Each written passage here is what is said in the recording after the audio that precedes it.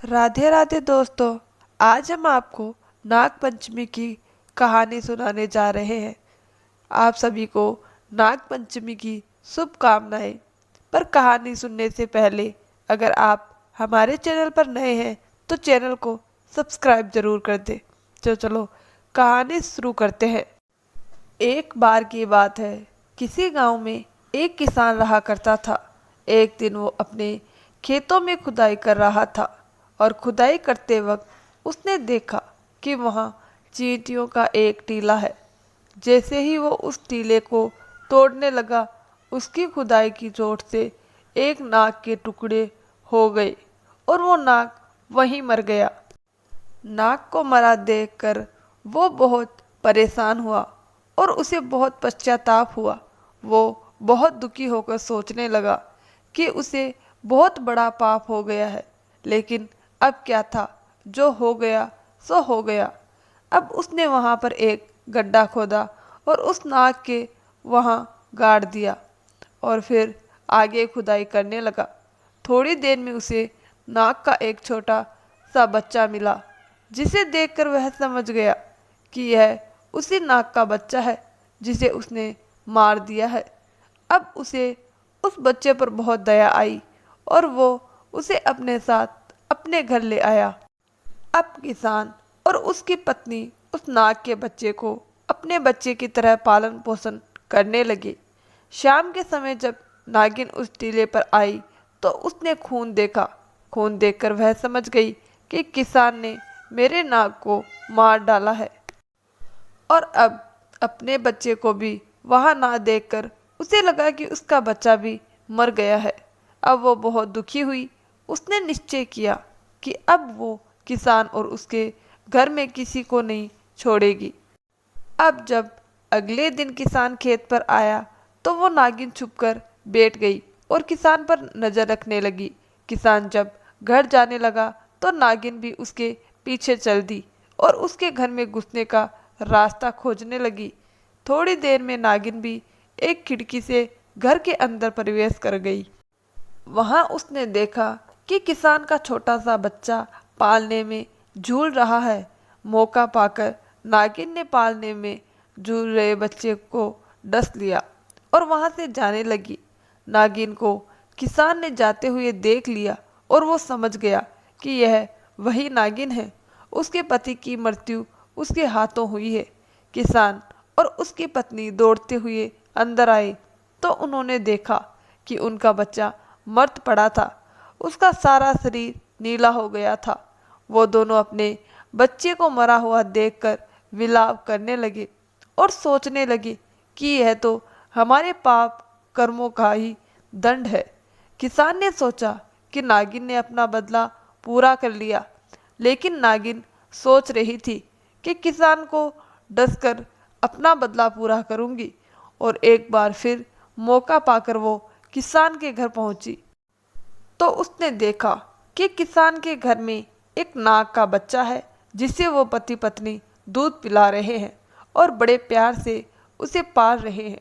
उस नाग के बच्चे को देखकर नागिन समझ गई कि यह उसी का बच्चा है।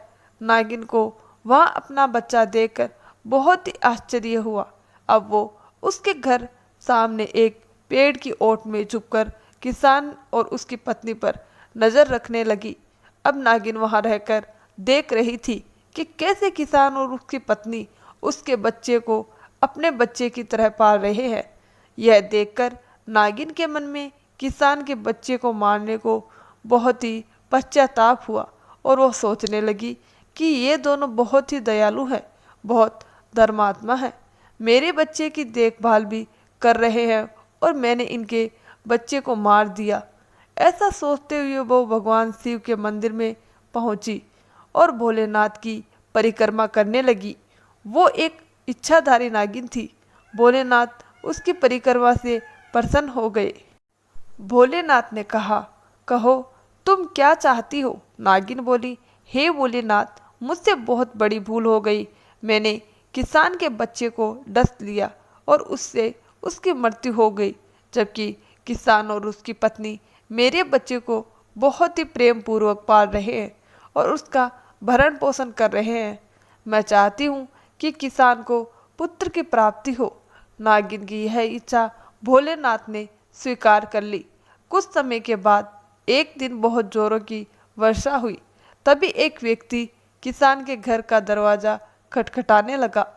किसान ने दरवाजा खोला तो वह व्यक्ति बोला, भैया यह मेरा पुत्र है, इसे अपने पास छुपा लो। मेरे पीछे कुछ डाकू पड़े हैं, उन्होंने मेरा सारा धन लूट लिया। अब वो हम दोनों को मार देंगे। यदि मैं वापस ना लौटूं तो मेरे पुत्र का लालन पालन अपने पुत्र की तरह करना। ऐसा कहकर वो व्यक्ति अपने छोटे से बच्चे को किसान को देकर वहां से चला गया। किसान को तो कुछ समझ नहीं आया, लेकिन किसान और उसकी पत्नी उस बच्चे का लालन पालन अपने पुत्र की तरह करने लगी। वो नागिन किसान के घर के बाहर ही एक पेड़ के नीचे अपना बिल बनाकर रहने लगी। किसान और उसकी पत्नी को अपना बच्चा पालते हुए देखकर वो नागिन बहुत खुश होती। एक दिन उस नागिन ने एक औरत का रूप धारण कर लिया और किसान के पास जाकर बोले, भले मनुष्य, यह लो, यह एक नागमणि है, इसे अपने पास रख लो। नाग के जिस बच्चे को तुम पाल रहे हो, यह उसके पिता की निशानी है। यदि कभी किसी इंसान को कोई सांप काट ले तो इस नागमणि को उस पर लगा देना, इससे वो तुरंत ही ठीक हो जाएगा और सारा जहर खत्म हो जाएगा। इतना कहकर वो औरत नागिन बनकर वहां से चली गई और किसान और उसकी पत्नी समझ गए कि यह वही नागिन है जिसके बच्चे को हम पाल रहे हैं। अब नाग का बच्चा बड़ा हो गया और वो भी एक इच्छाधारी सर्प बन गया।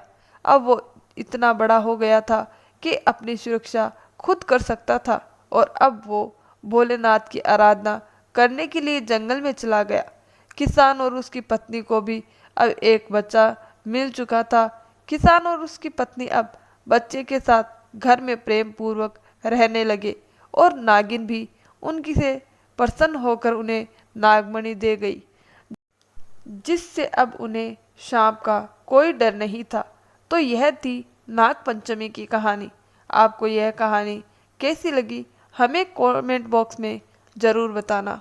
कहानी अच्छी लगी हो तो वीडियो को लाइक, शेयर और चैनल को सब्सक्राइब जरूर कर दे और कमेंट बॉक्स में जय भोलेनाथ जरूर लिखे। तो चले मिलते हैं अगली ही ऐसी ही कहानी के साथ। राधे राधे।